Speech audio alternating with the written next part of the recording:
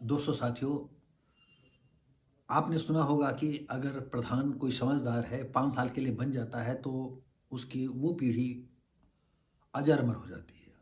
और कुछ नशेड़ी गंजेड़ी या भंगेड़ी या समाज के अराजक तत्वों द्वारा बनाए गए प्रधान होते हैं, उनका अस्तित्व तो नहीं बन पाता है, लेकिन जो थोड़ा विवेकशील होता है वो अपना वजूद बनाए रखता है। और कुछ ऐसे भी प्रधान चुने जाते हैं जो समाज के लिए बहुत अहितकारी होते हैं, मानवता रहित होते हैं और वक्त पड़ने पर अपना खबीसपन दिखाते हैं। आज हम एक ऐसे ही खबीस प्रधान की कहानी लेकर के आए हैं। सारी कहानी नहीं, घटना। आपको मालूम है, जब स्कूल में एक प्रबंध समिति बनाई जाती है और वो प्रबंध समिति स्कूल के कामों में बराबर निगरानी रखती है, और कहीं गलत सलत होता है तो वो हेडमास्टर को बताता है कि ऐसा नहीं ऐसा होना चाहिए, और उसका सहयोग भी देता है। और कभी कभी अगर प्रधानाध्यापक गलत करता है तो उसका विरोध करके उसको सही रास्ते पर लाने का प्रयास करता है। हम आज इस घटना को अभी आपको बताएं कहाँ की बात है। हुआ ये कि जिस विद्यालय की बात बता रहे हैं, तो प्रधानाध्यापक ने क्या किया कि गांव के प्रधान को फ़ोन द्वारा सूचना दे दी गई कि फला तारीख को जो है प्रबंध समिति की बैठक होगी। उसमें जो है कुछ पदाधिकारी गांव के जो लोग होंगे, उन जो गार्जियन होते हैं। सबसे बड़ी बात यह है कि जिस विद्यालय में बच्चे पढ़ते हैं, जितने बच्चे पढ़ते हैं उन्हीं गार्जियनों को ज़्यादा प्राथमिकता दी जाती है और उन्हीं को प्रबंध समिति में लिया जाता है। तो समय 11 बजे दिया गया। गांव वालों को डुग्गी पिटवा करके जो है मुनादी पिटवा दी गई कि फला तारीख की बैठक है, गांव वाले जो है सब इकट्ठा हो जाए। गांव वाले सही समय से आ गए। प्रधान ने वेट किया। हाँ, उस दिन उन्होंने जो है प्रधान को फ़ोन नहीं किया। अब यहाँ लोग हैं, लोगों को बैठाना है, उठाना है। और जब ना आए तो उन्होंने कहा कि हमने सूचना दे दी, नहीं आए, हो सकता किसी काम में फंस गए हैं। और प्रबंध समिति की जो है बैठक कर ली। जो पदाधिकारी चयन करना था वो चयन कर लिया। इसके बाद क्या होता है कि प्रधान आते हैं और गांव प्रधान प्रधानाध्यापक के कक्ष में जाते हैं और बातचीत होती है। उनको गाली गलौज करने लगते हैं, मारते पीटते हैं, जूता उठा मारते हैं, मारने लगते हैं। देखिए, ये प्रधान की दबंगई। एक टीचर पढ़ लिख करके प्रधानाध्यापक तक कैसे पहुंचता है, तो जिसके परिवार में टीचर होंगे वो जानता होगा। और प्रधान कैसे चुने जाते हैं आप भी जानते हो। आपके पास पैसा हो या गुंडा लफंगई हो, और कोई सीधा सरल न्यायप्रिय आदमी वो कभी चुना ही नहीं जाएगा। गांव के खबीस लोग ऐसे प्रधानों को चुनते हैं जो गधा टाइप का हो, मूर्ख हो, जो उन्हीं के पैर पकड़े रहता हो, चपैया हुआ बैठे, मचाओ पकड़ बैठे हो। ये हर पूरे देश में चल रहा है, और एक तरह से इस तरह के चुनाव पूरी दुनिया में चलते हैं और ऐसा ही होता है।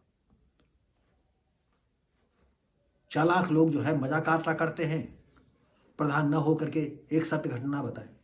उन्नाव में एक ऐसा गांव है जहां, अरे एक नहीं 50 जगह का आपको किस्सा बता दें।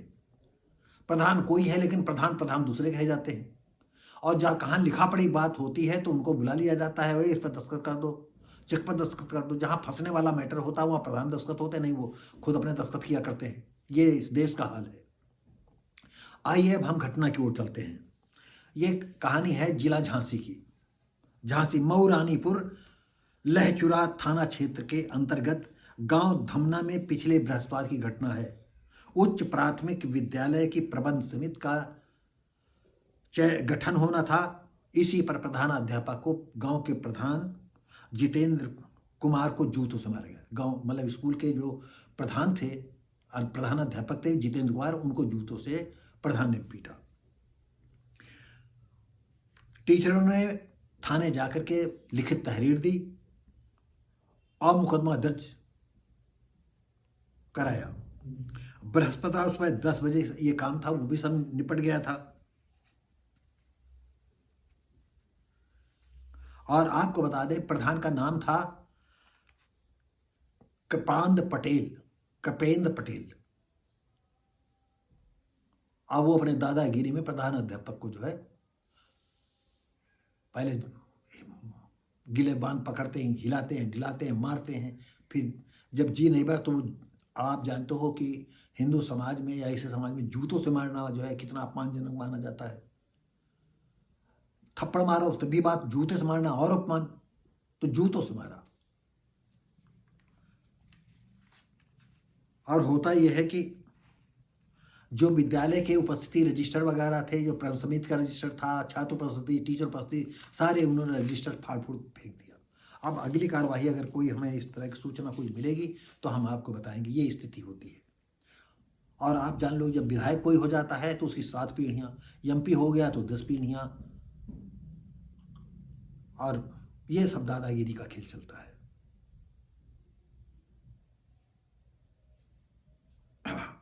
कुछ और बातें हैं, कहेंगे तो वीडियो बड़ा हो जाएगा। तो दोस्तों साथियों, ये वीडियो बनाने का मतलब सिर्फ इतना रहा कि एक अध्यापक प्रधानाध्यापकी तक पहुँच, वो भी उच्च प्राथमिक कंपोजिट तक कैसे पहुँचता है, ये टीचर परिवार के ही लोग जानते हो, ये टीचर जानता है। और प्रधान कैसे चुने जाते हैं, आप भी अच्छी तरह जानते हो। हाँ, वो अलग है कि उंगलियों पर गिने जाने वाले प्रधान अलग से होते हैं,